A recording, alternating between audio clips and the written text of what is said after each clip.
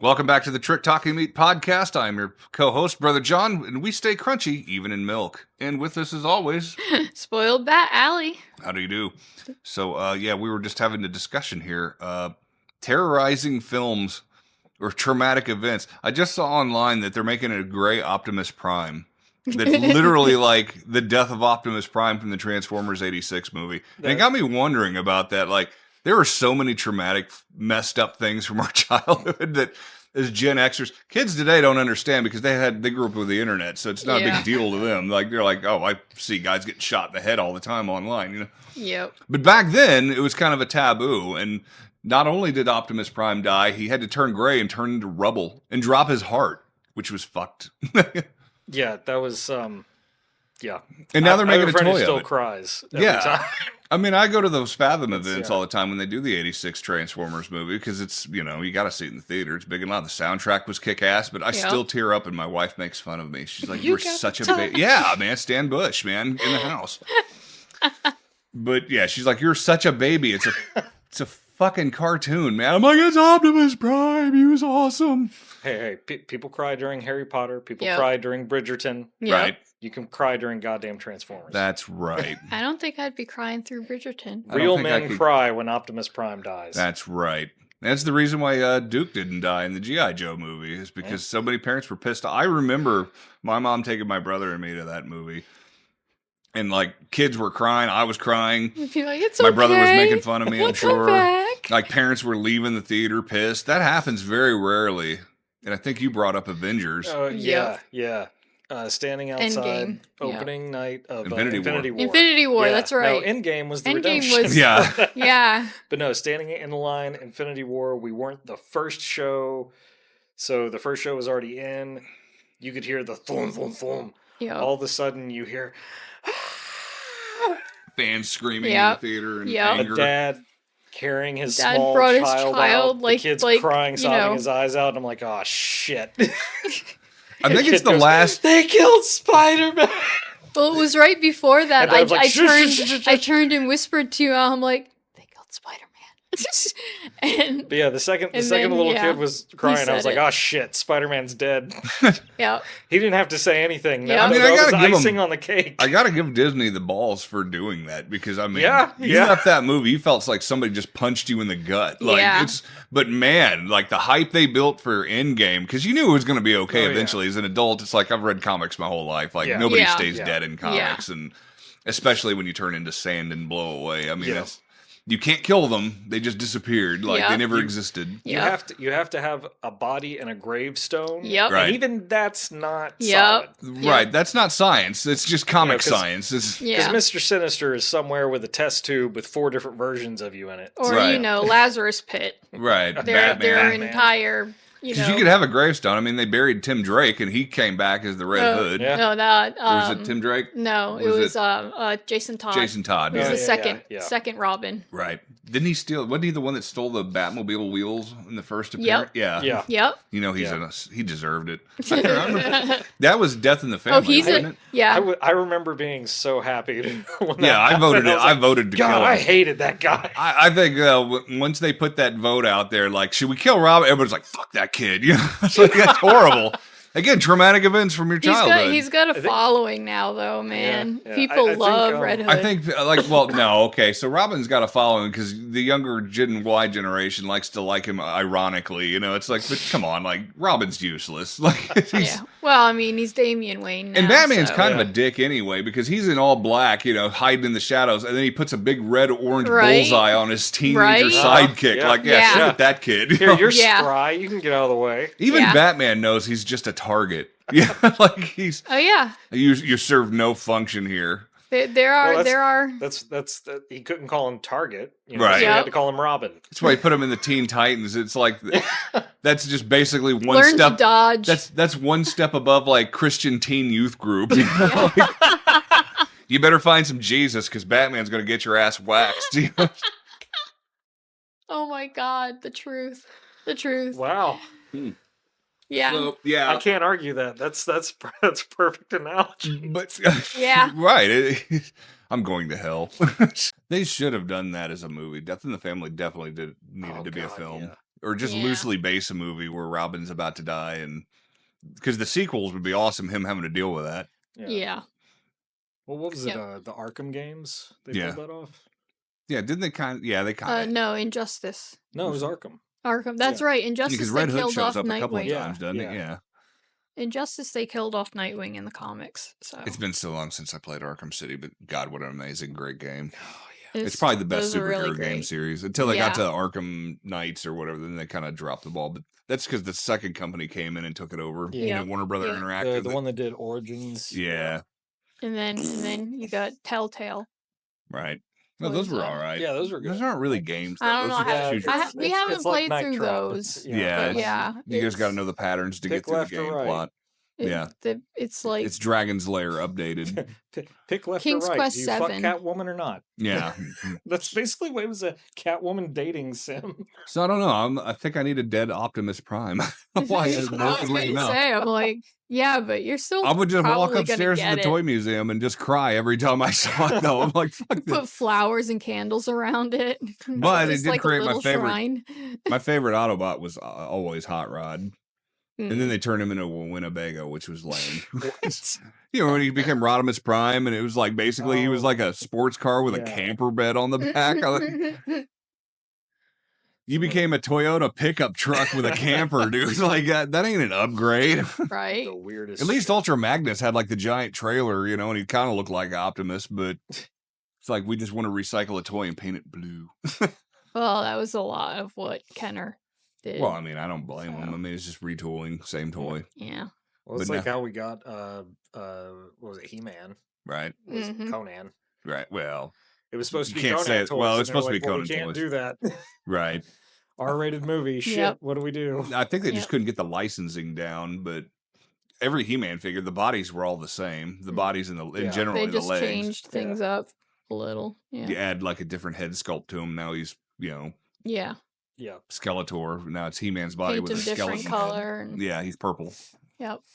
And I don't begrudge them. The G.I. Joes were the worst at that because they would just recycle guys all the time. Night Force, Tiger Force, Battle Force 2000, the Air Sky Striker Force, whatever in the 90s. Anyway. In my collectors group, somebody found a G.I. Joe that they couldn't identify.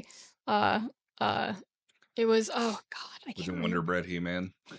No. I still think that figure's bullshit. Stevens. His last name is Stevens. That's all I remember out of it. Anyway. There's a whole lore behind Wonder Bread He-Man, and Mattel still denies that was a thing. And then there's places that sell them for like $3,000 a pop. I'm like, dude, it was a Mexican knockoff from South America at best. Yep. He-Man with brown hair. It was a bootleg figure. Yeah, and people were paying like $3,000 for this thing. One came in to work. Yeah. Or no, it was in somebody who was going to sell to my work.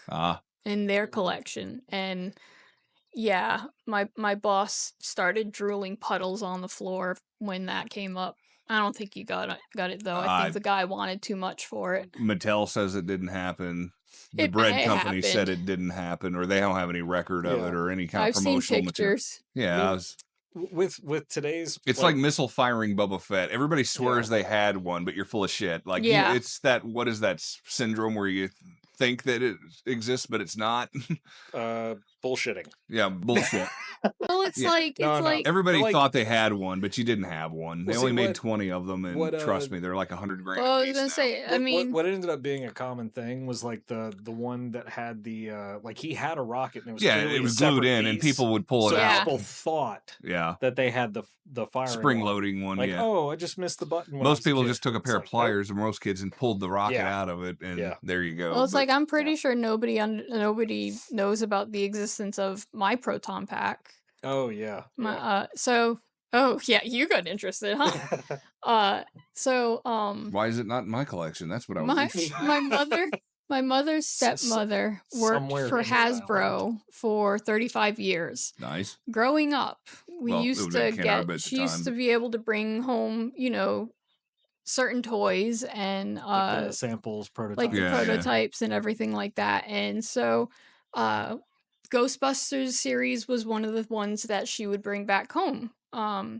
And so whenever I went over their house, that would be one of the toys I got to play with, was the proton pack. Well, that was back in the day too, But- when they would send stuff home with employees because they knew they Yeah, had you could kids. test, It's like, yeah. hey, did your kid like this or best not? test group. Well, yeah, I mean, Free test market. they used to come to my preschool and test the toys with us kids. Right. So I Kenner mean, and Hasbro and but anyway, I never realized until I moved down here and got your proton pack out. I still have the has yellow foam. The foam really? thingy. Yeah. It looks like shit, but it's still there. The one I grew up with had a lightning bolt, a plastic lightning bolt. I remember kind of vaguely that. They eventually released one that was similar around the time of, I think. I might be thinking of the little Extreme PKE meter Ghostbusters. that had the little things on the top. The antennas, yeah. But yeah. And everybody I talked to, they're like, "Oh yeah, no, it was foam." I'm like, "Mine wasn't." So apparently I played with a prototype proton pack my entire childhood and never knew it. I only had one prototype figure. It was like a one-up of Zartan from G.I. Joe. And I bought it from a dude for $40, and I turned around literally 20 minutes later and sold it for $100 to another friend. Apparently still has all of those toys, I wish I kept too. it now. I mean, last I asked about them, she still has them. So Yeah. I think they're probably in a storage up in New England because they're in Florida now. I'm sure that you can't really talk about traumatic things in our childhood that seemed innocent without mentioning Artax from Neverending Story. Oh my God, right? When that horse dies, the whole fucking place just goes. Yep, tears. Like everybody's heart just sinks, and it still does to this day. I was sad. I don't think I was traumatized from it, but I was sad. I was like, I cried, I think. Everybody cried. Kid. If you tell me you didn't cry when Artax and that kid was trying to pull his horse out of the muck, Atreyu was doing his best, and then the sadness got the horse. That poor kid almost drowned during that. Oh yeah. Yeah, why didn't he sink in there? Because he was all heartbroken about his horse. Wouldn't if he had gone down right out behind him? I mean, he started sinking, and then Falcor. Yeah, he was able to get. Oh, that's right. Yeah, Falcor kind of the luck dragon kind Yeah. of saved him at the last second. Yep. It's like, couldn't be here a little sooner. Save the horse too, jackass. Yeah, you did. Right. Wasn't that Michael Bell, the voice of Duke? I think that was Michael Bell was the voice of Artax or Falcor. Falcor. That's a good question. But anyway, yeah, like you can't talk about traumatic 80s childhood events without mentioning the Neverending Story. That's probably worse than the Transformers. I would have to say, because that was more people saw that one. See, I was little when that came out. Alan Oppenheimer, That's right, Skeletor did yeah. it. I knew it was one of those guys. Yeah. Great voice. Well, even to this day, I get choked up with that scene. But my ability to outright just bawl at it was destroyed by a T-shirt. Yeah. It's a My Little Pony T-shirt. Right. That says like My Little Pony Swamps of Sadness edition. No. And it's a little pony sinking into. That's cool. No, it's My Little Artax. My Little Artax. My Little Artax. Yeah. Adorable shirt. Thing. Horrifying too. I still have both of them. Somehow, it added that humor and just pulled me out of the. But what's weird is like we all got sad because of Artax, but nobody gave a shit about E.T. going home. I hate E.T. I don't like that movie. I never liked that movie either. My sister loves that movie and thinks it's the best thing ever. Talk about traumatizing, okay? So I do not watch E.T. I will never watch E.T. ever again. I'll never watch it because they edited out all the guns and replaced them with, what was it, walkie-talkies? The reason no one was sad is because he was an illegal alien. He was going home. Oh my God. Oh, Groner. That's the political humor for this episode. Well, you know. Oh, and it's staying. You're an asshole. Yep.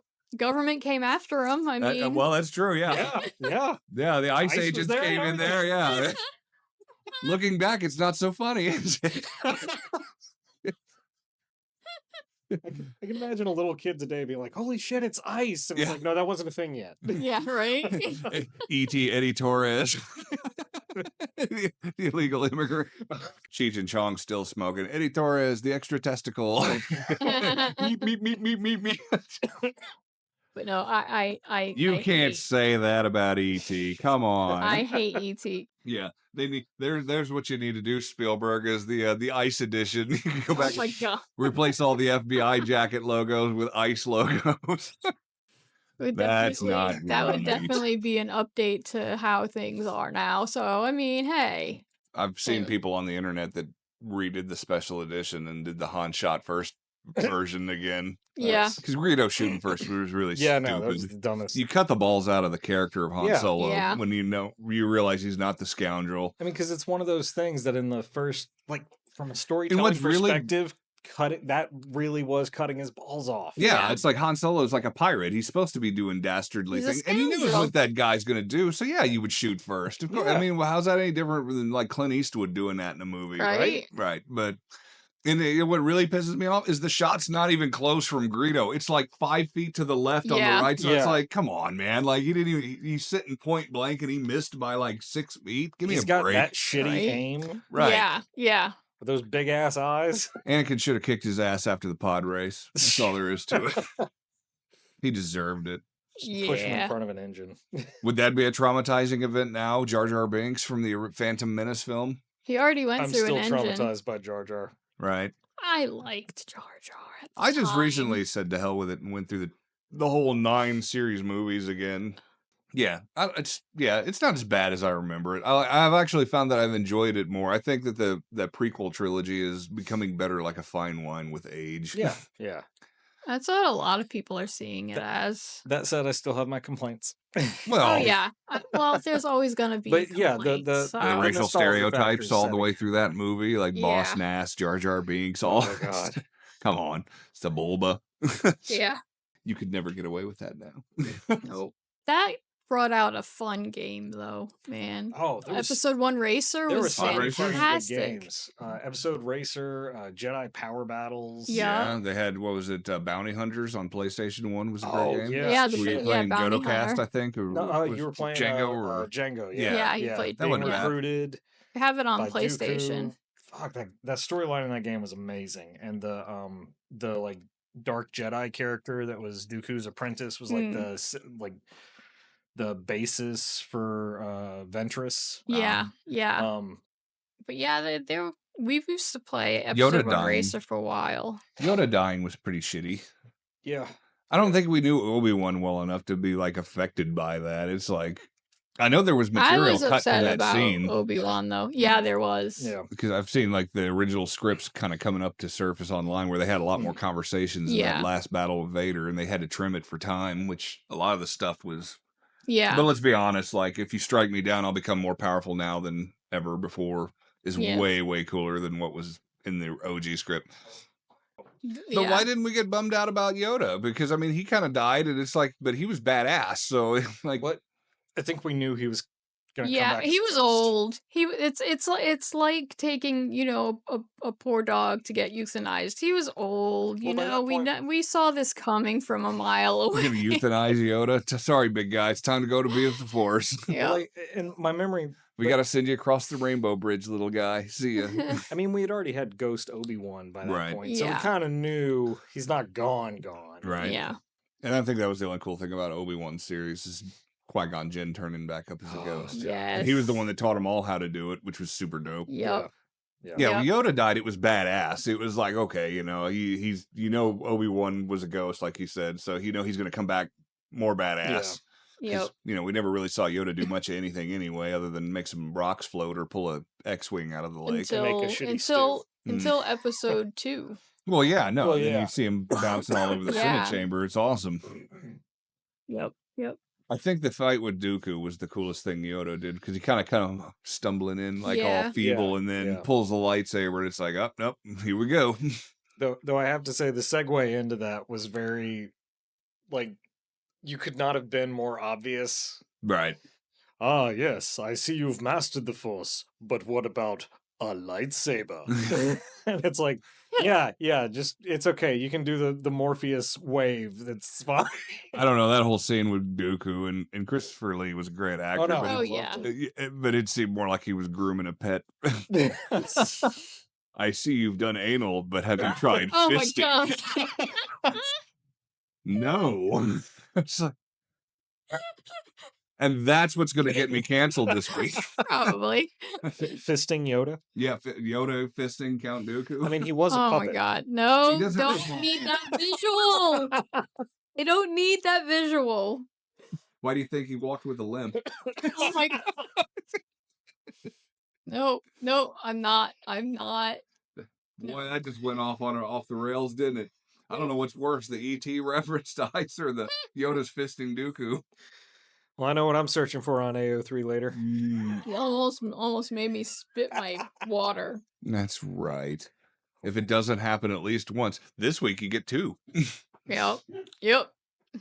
2 for 1. Other traumatic events: Morph dying in X-Men the Animated Series. Yeah, that was Or even pretty. more interesting, recently, Don't say it. Gambit. Yeah, if you Don't. haven't seen X-Men 97 by now, you've had a year. Go kiss my ass. Yeah. But Gambit getting killed was, No. but that was badass, man. That was like the total superhero. You couldn't have gone out any better, though. I still have not watched it because of that. Really? Yeah. You gotta watch It it. got spoiled. Like 2 it got episodes spoiled to me. before. Right. And I know Gambit's your I was guy, just- but Gambit is my guy, but man. you've got to see it. I know, he I goes know. out in the blaze He of won't glory. watch it with me. I need to have somebody to watch it with, and he won't watch it with me for the same reasons that I won't watch it. All right, we're doing a podcast commentary on that episode next week. We're going to throw it up here on the TV, and you can watch along with us. And we can make fun of their tears. Oh, man. If you're going to kill a character, and he's not dead. No, No, he's no, not. I- No, yeah, no. yeah. He, the he second, came, the second, He's set coming of back. back in the Sinister's going to bring him back. yeah, he's coming Well, back he's as gonna be death. Yeah. They're going to do the The Apocalypse, thing, 4 Horsemen. Yeah. He's rounding up, and Wolverine will eventually jump into that. Which mix. I have to say, the death character design is one of the slickest designs that they could have done. He's already got the red eyes. Just give him the Yeah. blue tinted skin, and he looks like a evil. Yeah. Look like if Nightcrawler was Gambit. He's all pale white hair. Yeah. It looks cool. Yeah. It's all the more reason Again, why going I back- think he's Sinister made him. Yeah. Well, I mean, again, going back to the Batman thing, nobody's ever dead. Nope. There's only 3 people that have to stay dead in comic books. Gotta have a body. And Superman, Jor-El has to stay dead. Yeah. Batman's parents have to stay dead. Yep. Which they didn't. And Spider-Man's Uncle Ben has to stay dead. That's right, Otherwise, Ben, those yeah. characters don't work. You know, Yeah. they have no reason to do what they were doing in the first place. Uncle Ben is one of the ones that they actually They try to fuck around and bring him back. But they don't. It's always They like never a clone have. yeah. They never really have. I think like the only time was the clone Ben Riley Parker. Yeah. They try to set, and then they try to set it up like he was a secret agent, and he was never, Yeah. Yeah. No, he's got to stay. and then they brought back Thomas Wayne in the comics for that, and then Well, wasn't that they Ra's al brought- Ghul But doing it's some all- sort of clone bullshit? It's always Yeah, a clone it or a actually multiverse was. version Yeah, of them or yeah. something. It's not the Uncle Ben that like Marvel 616 Uncle Ben. He's got to stay. yeah, dead. Yeah. yeah, There's not. You just can't do it. yeah. Though I have to say, with the Fixed Tom Holland points in Spider-Man time. movies, they handled that twist, I would say, or substitution very well. Yeah, I mean, Uh, with Iron Man. well, no, Yeah. no, no, no, Oh, no, no? no, being a no. surrogate. type. With Aunt May. Yeah, well, Oh, they made her well, updated yeah, where she's yeah. not Yeah. just the frailly old woman either. Well, yeah, which 'cause is I mean, smart. But I'm that an- was I'm but that an was the aunt thing. It is more modern. She's just a single parent now. Yeah, No Way Home. Yeah, Yeah, they killed her. yeah, yeah, And yeah, they she had did. basically the Uncle Ben moment. Yeah, Yeah, that's true. because he I was too forgot about young that. originally when Yeah. Uncle Ben died. Though I would have loved to have seen Christian Slater as Uncle Ben. That would have been cool. Yeah, It would've that been was nice our to see head. the two of That them was our He's my head perfect canon. head casting. Yeah, and with him and Marissa Tomei, didn't they do like what was it? The radio movie where like That was They did do a movie Super together, Mario though. Brothers girl. oh blanking yeah, name. yeah. That was I don't know her. why I'm thinking of Gleaming the Cube in my head. That was the skater movie. The Pirate Radio? No, that was a different one. I Something, don't yeah. But anyway, he was like on a pirate radio station or something. yeah. And whatever. Like Hot Talk, Dirty Harry, or whatever, or something. I don't know. Yeah. It's not Dirty Harry. I'll No, tell I- you that. I just remember him. something, He was yeah. on the Excelsior or whatever. Mm. He had to wake up the captain to go chase the Enterprise. Apparently, Slater's like a huge Star Trek nerd, Oh yeah, he's a huge nerd. as Just all we are. all like complete. I mean, I loved the fact that they brought him in on Archer. He's not himself, but he's himself in Archer. He's Slater. He's Slater. I can't watch Christian Slater flicks because he literally cops to it all the time. He's just doing a Jack Nicholson impression. Yeah. Yeah, that's true. Yeah. Every movie he's just trying to be Jack Nicholson. And the voice, the manner, the tone, the pacing, everything. It's Jack Nicholson and Young Guns, Jack Nicholson and Gleaming the Cube, Jack Nicholson and Robin Hood. Broken Arrow, Yep, Jack Robin Nicholson Hood. and Robin Hood. Being one of the few people to do a British accent in that movie. Yeah, He no, tried. I mean, He tried. He- You know, hey, he you did- got to he give did him a good points job. to He did- try. I'm not criticizing his accent. I'm simply saying Kevin Costner did no try. No, I mean, he was didn't smart try enough at to all. say, no, don't even go there, dude, because it's not going to work. I'm gonna stand out by not. And Yeah, you could right. shit talk that movie all day long, but that movie's awesome. Oh no, It I is a loved great it. I movie. loved it. Soundtrack was awesome. Ryan Adams. Yeah. Yeah. The song was like everywhere for a fucking year. Yeah. Yep. You Yeah. couldn't go anywhere. That's traumatizing. That's another traumatizing garbage songs from my youth that still live in my brain forever for Yeah. free. Yep. Just like the Three Musketeers one. Yeah. Every time I try to think what of the was Robin it? Hood one, Michael that's- Bolton. It Was it was Bryan Adams, Michael Bolton? Was it Bryan Adams and Sting? And I think it was Yeah. Sting. Yeah. Yep. Ugh, And Michael Bolton. Yep. ugh. Yep. I, you What remember, happened to Michael Bolton? well, by when the he tried way? to claim that he wrote the national anthem, Did he seriously? No, he got Okay. busted for plagiarizing songs, and Oh. accused of stealing shit from other artists, and that's Yeah, kind of ended well, I his mean, career. Yeah. Yeah, that'll do I think it. Saturday Night Live did a skit on him though, where like he was claiming he wrote the national anthem. He wrote like all these like massive Bach's or Mozart's Fifth Symphony. He wrote that. It's like mean.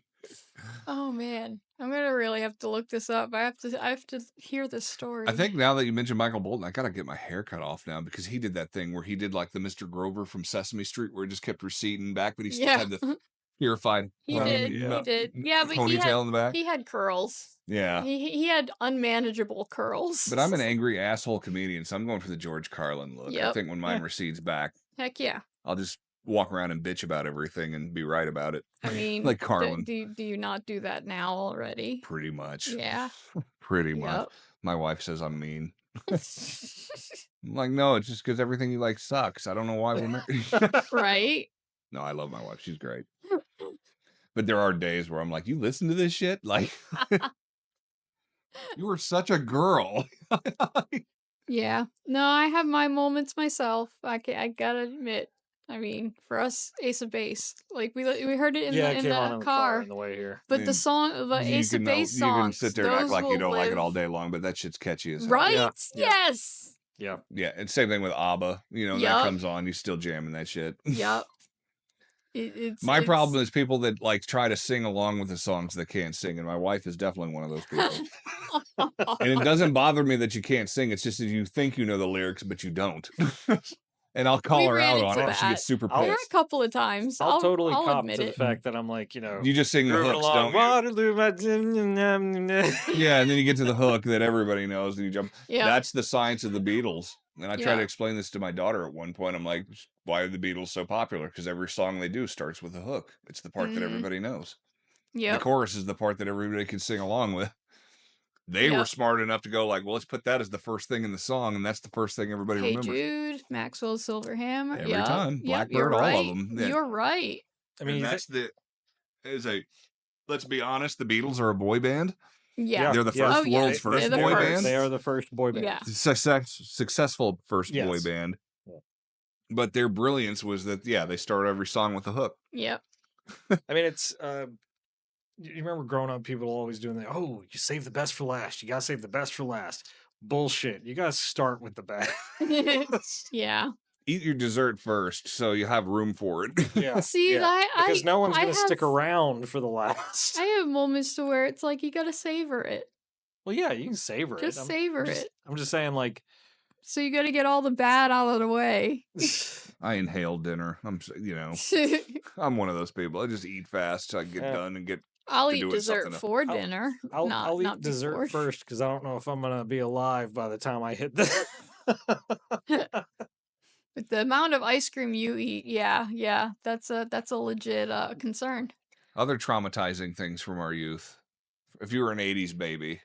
Well, for me, it was like I got over it, but like in Labyrinth at the beginning, when she's going through the really dark bedroom, there's this instance to where like one of the goblins shakes the thing, is like, and it's like that used to scare the out of me when I was a kid. Now that you mention it, though, the thing that should have traumatized us is there's like a little gnome guy taking a leak in front of a young girl, exposing himself like a pervert. Like, I was like, and what, murdering 3? fairies. And murdering fairies Yeah. with like a gas gun. Chemical warfare. Yeah, like I mean, he's just like, whipping out his junk in front of a complete stranger and taking a leak. Like my dad took like a me to see homeless guy. Labyrinth, and apparently the story goes that my dad told me was that because I was really little. And I love David Bowie, but let's be honest, that cod piece just obviously traumatized. Yeah. Perfect. Right. But no, I've been very generous with you, sir. Well, I bet he's been generous with something, all right. Right? Your dad, No, your dad said what? My dad was the one to take me to see it in the theater, and so apparently at that point in time, me, little like 3-year-old me, goes, "Look, Daddy, he's fishing." It's just He looks like a fishing pole with a like stream of fishing pee. pole. And apparently everyone around us started laughing so hard. Yeah, that's a fishing rod, all right. Right. Yep, that's basically what it was. I'll show you the way out. It wasn't It was an until impressive arc. Yeah. it wasn't until I was like maybe like 7 where I was like, Yeah, Hoggle's definitely Like- going to win the peeing for distance contest. But yes, that's my Hoggle story. And people try and say the Hensons aren't dirty. Oh, Right. they're very dirty. Well, I mean, look at Fraggle Rock. That show Yeah. is kind of Look at messed up. I mean, every week. Gonzo is a chicken fucker. Mm-hmm. Yeah, Yeah, he is. Yeah, he is. Not to be crass, but Yeah. Well, yeah, you know what you meant. Well, he's was got a a bird, harem so- of chickens. He's a whatever, so whatever. Yeah. Yeah, when that Muppets in Space, when they Yeah. asked him to get on Noah's Ark, and he just put me down as a whatever. Yeah. I thought he was a bird of some sort. He's just they always have said he's a whatever. Yeah. Well, didn't Fozzie have like a harem of chickens too or something? No, he had a rubber chicken that he carried around all the time. I mean, I guess it's better than a live chicken. Yeah. Yeah. I would not want to be in the next room though. All you hear is Jesus Christ. Grower doing a 3-way.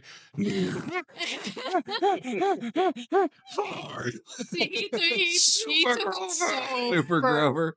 They like to wear Y'all took it costumes. much further than I did, but man, You go back and look at a lot of that stuff from our childhood, though, and you start to look between the lines at some of that stuff. Like, again, I've said it a million times, He-Man is the most homoerotic thing ever in the 80s. G.I. Joe, there's an episode I remember watching, like, or seeing again as an adult, and it's like Cobra, Baroness,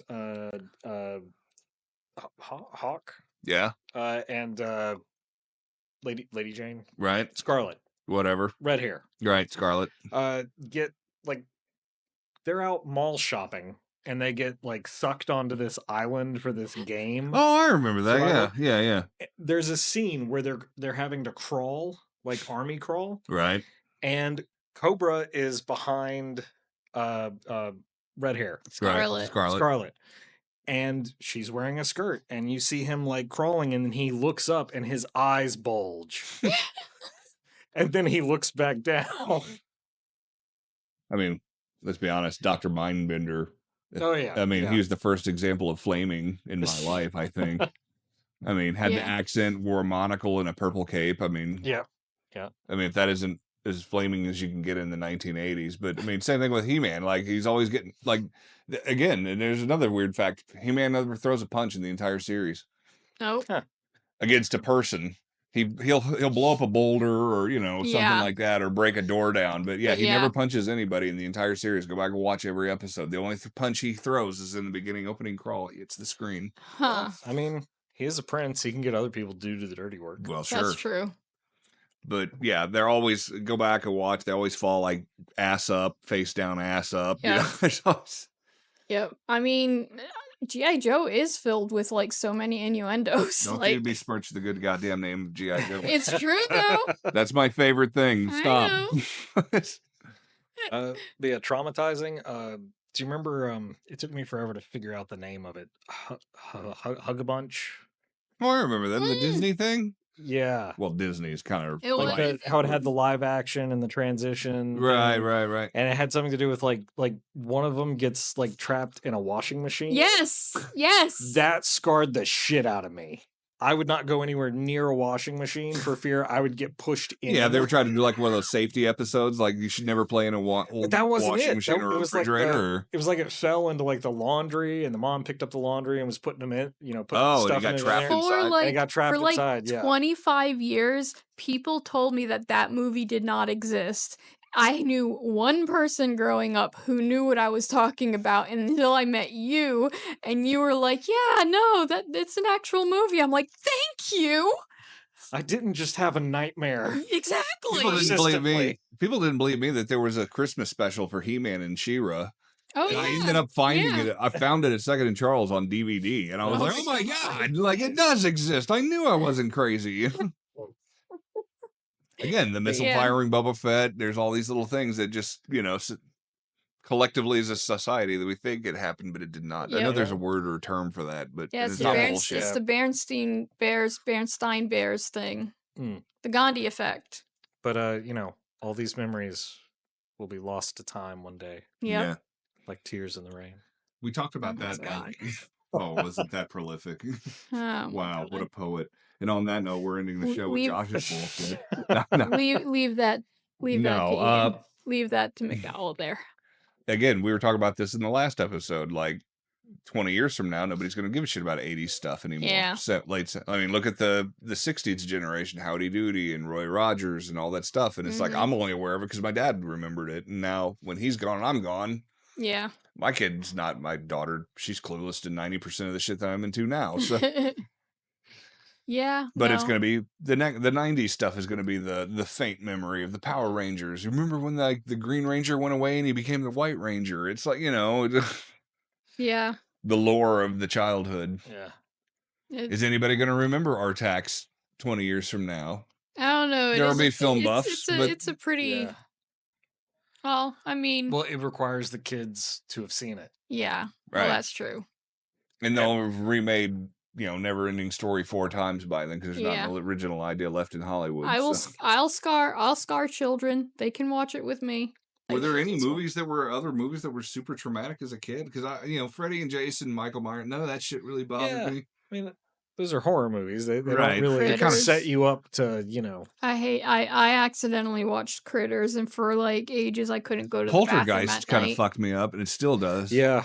That's still the guy pulling his face off in front of the mirror Yeah. when the maggots and shit and the meat and everything. I'm like, yeah, that thing still messes me up. Yeah, The is third pretty. Poltergeist movie was the first one I ever saw. Oh, Really? with Is the that the one- mirrors. With the tower. No, that's the second movie, isn't it? Where, No. No. The second one, they've moved They go to a new out to, town, like- and the thing followed him. Yeah, he Right. you see him in person. Like, And then, he's I remember they projecting were in something. this, like, the big skyscraper, and there was, like, a pool, and they were getting Yeah. killed in the pool. Yeah. Yeah, that movie And the sucks. mirrors and all that. But that fucked me up as a kid. Well, Candyman, I couldn't have mirrors in my I room. loved Candyman. Oh, man. Candyman was a Todd, what a big great thing. Oh, and God, yeah. Played Worf's brother in Star Trek Next Gen, too. That's right. It was Kirk. That's all right. Yeah, I do. Yeah, I remember Played multiple that. roles in Star Trek. Yeah. He also played old man Jake Sisko in Deep Space Nine. Nice. One of the But, best episodes they ever did.